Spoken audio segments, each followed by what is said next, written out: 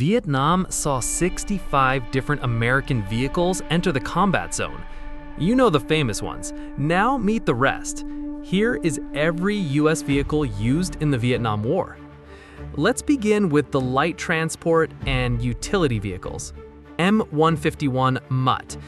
This was the primary Jeep of the war, replacing the older World War II designs.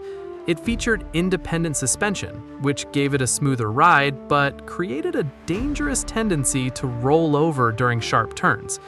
It served everywhere, carrying radios, officers, and recoilless rifles.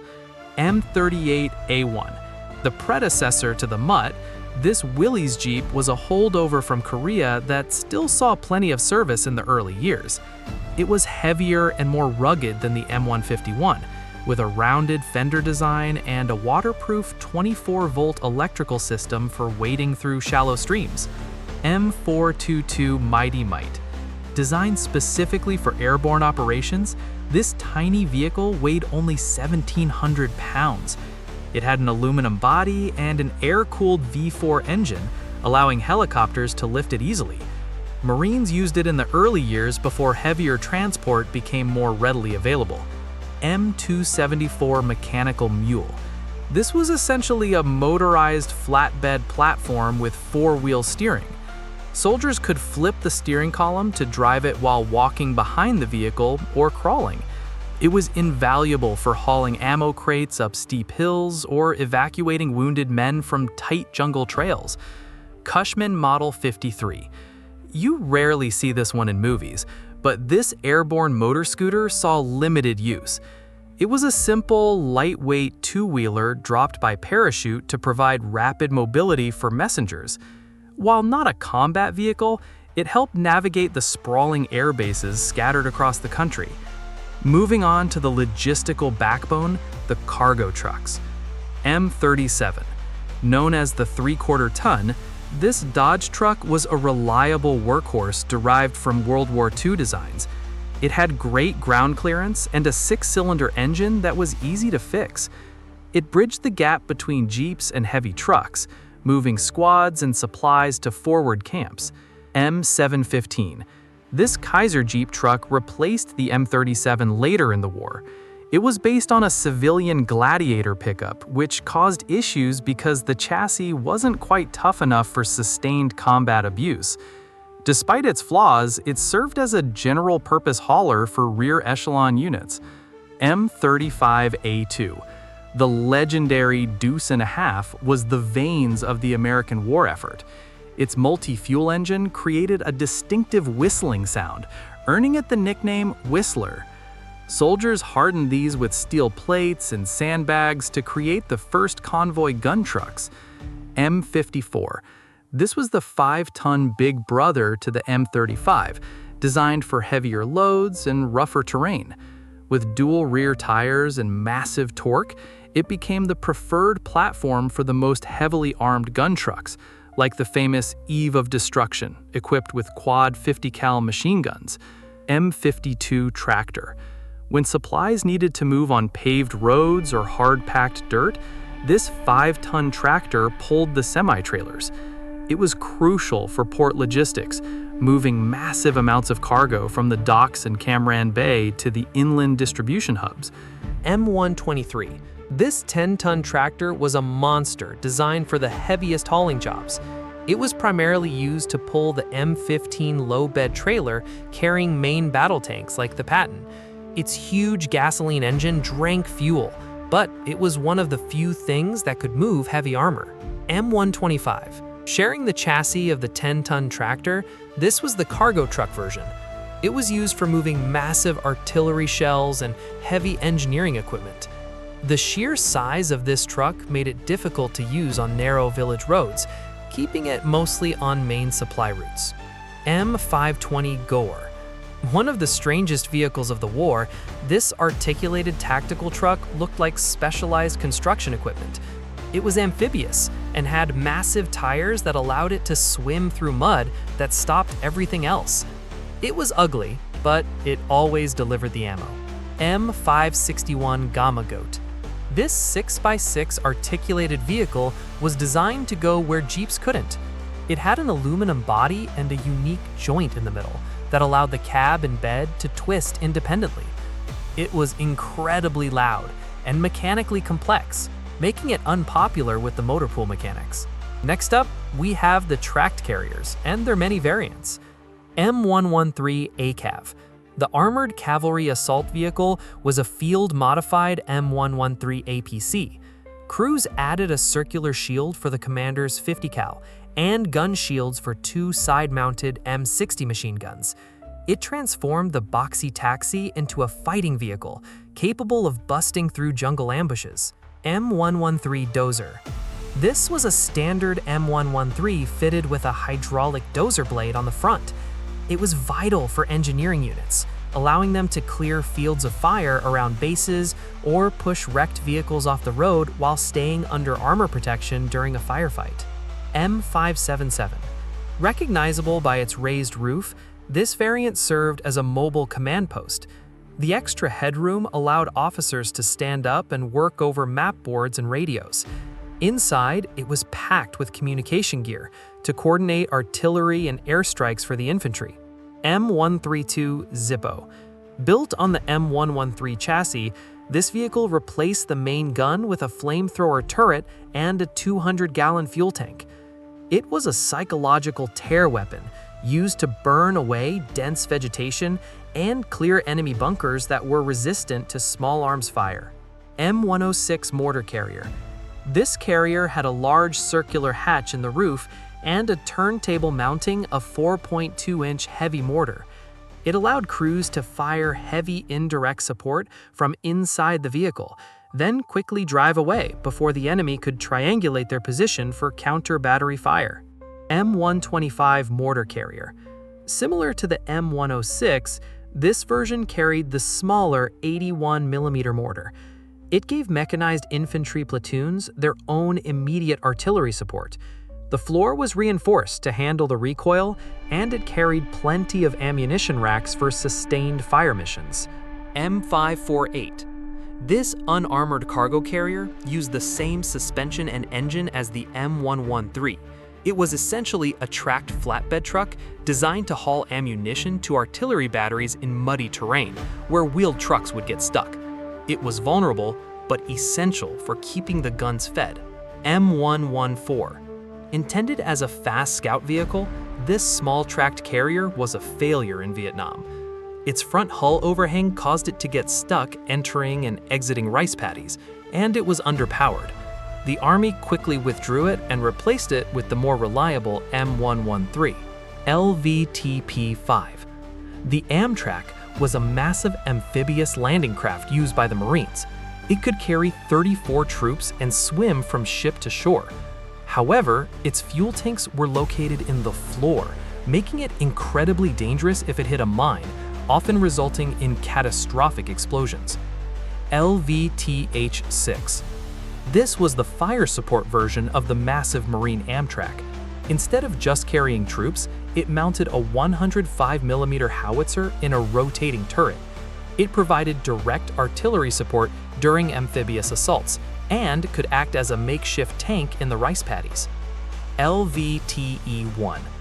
A specialized engineering version of the Amtrak, this vehicle was equipped with a large toothed mine-clearing plow on the front and a rocket-propelled line charge system. It was designed to breach minefields during beach landings, clearing a safe path for the infantry. LVTR-1. The recovery version of the Amtrak family, this vehicle carried a crane, winch, and welding equipment. Since the LVTP-5s were so heavy, regular tow trucks couldn't move them when they broke down, making this specialized retriever necessary for marine logistics. Now let's look at the heavy armor and big guns. M48 Patton. The primary battle tank of the war, the A3 model featured a diesel engine, which reduced fire risks compared to older gasoline tanks. Its 90mm gun fired canister rounds, essentially giant shotgun shells that were devastatingly effective against infantry attacks in the dense jungle. M67 Zippo. This was an M48 Patton with the main gun replaced by a heavy flamethrower. Its barrel looked like a dummy gun to confuse the enemy. It carried enough napalm to fire for roughly 1 minute, shooting a rod of flame nearly 200 yards into fortified tree lines. M41 Walker Bulldog. A light tank armed with a 76mm gun, this was used primarily by the South Vietnamese Army, though the US operated them early on. It was fast and agile, making it better suited for soft ground than the Patton, but its armor was too thin to stop anti-tank rockets. M551 Sheridan. This controversial airborne assault vehicle had an aluminum hull and fired both 152mm shells and Shilovega missiles. It was light enough to drop by parachute, but its caseless ammunition absorbed moisture in the humidity, causing dangerous misfires that plagued crews throughout the war. M113 ACAV. The combat engineer vehicle was a Patton tank fitted with a short-barrel 165mm demolition gun, a dozer blade, and an A-frame hoist. Its main job was destroying bunkers and roadblocks with high-explosive plastic rounds that shattered concrete fortifications. M107, a self-propelled gun with a massive 175mm barrel. This artillery piece had the longest range of the war. It could fire a shell over 20 miles, allowing it to shoot across the DMZ into North Vietnam or provide fire support to distant Special Forces camps. M110. Sharing the same chassis as the M107, this vehicle mounted an 8-inch howitzer. While it had shorter range, its massive shells were incredibly accurate and destructive. It was used to destroy high-value targets like bridges and tunnels that smaller guns couldn't scratch. M108. This self-propelled howitzer mounted a 105mm gun in a turret. It looked like a smaller version of the modern Paladin. It saw service, but was largely phased out because the M109 could do everything it did, but with a bigger punch. M109. The 155mm self-propelled howitzer was the standard medium artillery piece. Its fully rotating turret allowed for quick adjustments, and its armor protected the crew from shrapnel. It could shoot and scoot much faster than towed artillery, making it harder for the enemy to target. M42 Duster. Originally built as an anti-aircraft weapon, the Duster found a new life in Vietnam fighting infantry. Its twin 40mm Bofors guns could pump out rapid-fire, high-explosive rounds. It was devastating when used for convoy security or perimeter defense against massed assaults. M50 Ontos. This strange Marine Corps vehicle carried 6 106mm recoilless rifles. It was light and fast, perfect for the soft soil of Hue City. It could fire all 6 guns at once, vaporizing walls or enemy positions instantly, though the crew had to reload from the outside. Supporting the armor, we have the specialized engineering and recovery vehicles. M88 VTR. The medium recovery vehicle was the tow truck for tanks. Based on the Patton chassis, it had a massive winch and an A-frame boom. It was the only thing capable of dragging a damaged 50-ton tank out of the mud or changing a tank engine in the field. M578. This was a lighter recovery vehicle built on the M110 artillery chassis. It featured a crane mounted in a turret, making it look like a construction vehicle. It was used to rescue APCs and trucks that were too heavy for wheel wreckers, but didn't require the massive M88. M51 VTR. A heavy-duty wheeled recovery vehicle based on the 5-ton truck chassis. It featured a crane and heavy winches. While it struggled in deep mud compared to tracked retrievers, it was faster on roads and vital for keeping supply convoys moving when trucks broke down. Rome Plow. While technically a modification, this D7E bulldozer, fitted with a massive stunting blade and protective cage, was distinct enough to be a legend. These jungle eaters cut down thousands of acres of forest to deny cover to the Viet Cong, operating in dangerous, mine-filled areas. Clark 290M, a wheeled tractor dozer used by construction battalions. Unlike the slow tracked dozers, this could move rapidly between construction sites to build airfields and fire bases. Its speed made it a target, so operators often welded ad hoc armor plates to the cab. M706 Commando, also known as the V100, this amphibious armored car had a V-shaped hull to deflect mine blasts. It was used extensively by military police for convoy escorts and base security. Its wheeled speed allowed it to respond to attacks much faster than tracked vehicles. Heading into the Mekong Delta, we have the Riverine craft, PBR. The patrol boat River is the icon of the brown water navy. With a fiberglass hull and water jet propulsion, it could operate in shallow water without fouling a propeller. Armed with twin 50 cals and a grenade launcher, it patrolled the narrow waterways checking sampans. PCF. The Swift Boat was a 50-foot aluminum vessel designed for coastal and river patrol. It was larger and more heavily armed than the PBR, featuring an 81mm mortar on the rear deck combined with a 50 cal machine gun. It was used for stopping infiltration from the sea. ASPB. The Assault Support Patrol Boat, or Alpha Boat, was the destroyer of the river fleet. It was the only boat designed from scratch for the war, featuring thick steel armor and mine-sweeping gear. Its job was to lead the column and trigger mines before the troop carriers hit them. Monitor. Converted from landing craft, these were the battleships of the Delta.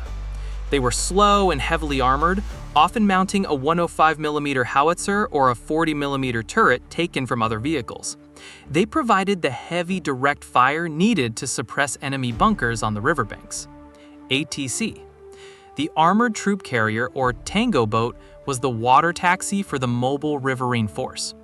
It ferried infantry platoons into the swamps for assaults. Some were modified with helicopter landing pads welded on top to serve as floating medical evacuation points. CCB. The Command and Communication Boat was a floating headquarters. It looked like a monitor, but swapped the main gun for a bank of radios and radar equipment. From here, commanders coordinated airstrikes and artillery while floating in the middle of a firefight. PACV. The Patrol Air Cushion Vehicle was a hovercraft used in the marshy plain of reeds. It could fly over mudflats and shallow water at high speeds where no boat could go. It was incredibly noisy, which ruined the element of surprise, but it was terrifyingly fast. LCM-8. The Mike Boat was a medium-sized landing craft used for logistics. It ferried trucks, supplies, and ammo from cargo ships to shore. It wasn't a combat boat by design, but crews often strapped machine guns to the ramp to fend off snipers during supply runs. LCU. The landing craft utility was the big brother to the Mike Boat. It was large enough to carry heavy tanks and large numbers of troops. These vessels were essential for moving armor around the Delta region where bridges were either non-existent or too weak to support tanks. LCPL. The Landing Craft Personnel Large was an early war fiberglass boat used for harbor security and SEAL support. It lacked the heavy armor of later Riverine craft, but was reliable. It was often used as a gig for officers or for general utility work. MSSC. The Medium SEAL Support Craft was a specialized high-speed boat designed for inserting special operations teams. It had a low profile and silenced engines to creep into enemy territory at night, dropping off SEALs for snatch and grab missions or intelligence gathering. HSSC. The Heavy SEAL Support Craft was a larger, more heavily armed version of the support boat. It acted as a mothership for SEAL operations, providing a base of fire if the team got into trouble and needed an immediate, hot extraction from the riverbank. Nasty Class PTF. These fast patrol torpedo boats were purchased from Norway for covert operations against North Vietnam. They were fast, wooden-hulled, and heavily armed. They conducted raids on coastal radar sites in the north, missions that were highly classified at the time. STCAN/FOM. These were small, French-designed river patrol boats used in the very early stages of the war by U.S. advisors and the South Vietnam. They were steel-hulled and rugged, but slow. They laid the groundwork for the Riverine tactics the U.S. would later perfect. CBS. The Combat Salvage Boat was a custom-designed retriever for the river fleet. Since riverboats were heavy steel, if one sank or got stuck on a sandbar, this boat used heavy winches and cranes to refloat it, often while under fire from the shoreline. YFU. The harbor utility craft was a coastal freighter used to move massive amounts of cargo along the coast. While slow and unglamorous, these vessels relieved the pressure on the dangerous road networks, moving supplies safely by sea rather than through ambush alleys on land. Finally, let's look at the specialized airfield and base support equipment. M4 high-speed tractor. A remnant of World War II, this tracked artillery tractor was still seen in Vietnam, pulling heavy guns and ammunition trailers around large bases. It provided better traction than wheeled trucks in the mud monsoon of fire bases. MB-1 crash truck. This was a heavy-duty firefighting truck stationed at major air bases like Da Nang. It carried thousands of gallons of foam to smother fires from crashing jets. Its job was to rush to the runway the second a damaged Phantom or Thud touched down. P-2 crash truck. A larger, more modern firefighting vehicle that worked alongside the MB-1. It was designed to handle the massive fuel loads of B-52 bombers and cargo planes. It had roof-mounted water cannons that allowed the crew to fight fires without leaving the cab. 011 crash truck. A massive specialized fire truck designed specifically for the Air Force. It had high ground clearance and could spray foam while moving. These were critical for saving pilots trapped in burning aircraft on the flight line. Rough terrain forklift. Standard warehouse forklifts couldn't handle the dirt and mud of forward bases. These vehicles had tractor tires and articulated steering, allowing them to unload pallets of rations and ammo from aircraft directly onto the muddy ground of a besieged firebase. M76 Otter. An amphibious cargo carrier used by the Marines. It was a tracked, unarmed vehicle that could float. It was used to resupply remote outposts in swampy terrain, where helicopters couldn't fly due to weather, and boats couldn't reach due to vegetation. M113 Husky. The Husky was a marginal terrain vehicle, similar to the Otter but smaller. It was fully amphibious and used wide tracks to float over mud and marsh. It was tested for carrying supplies to units in the deepest, most inaccessible parts of the Mekong Delta.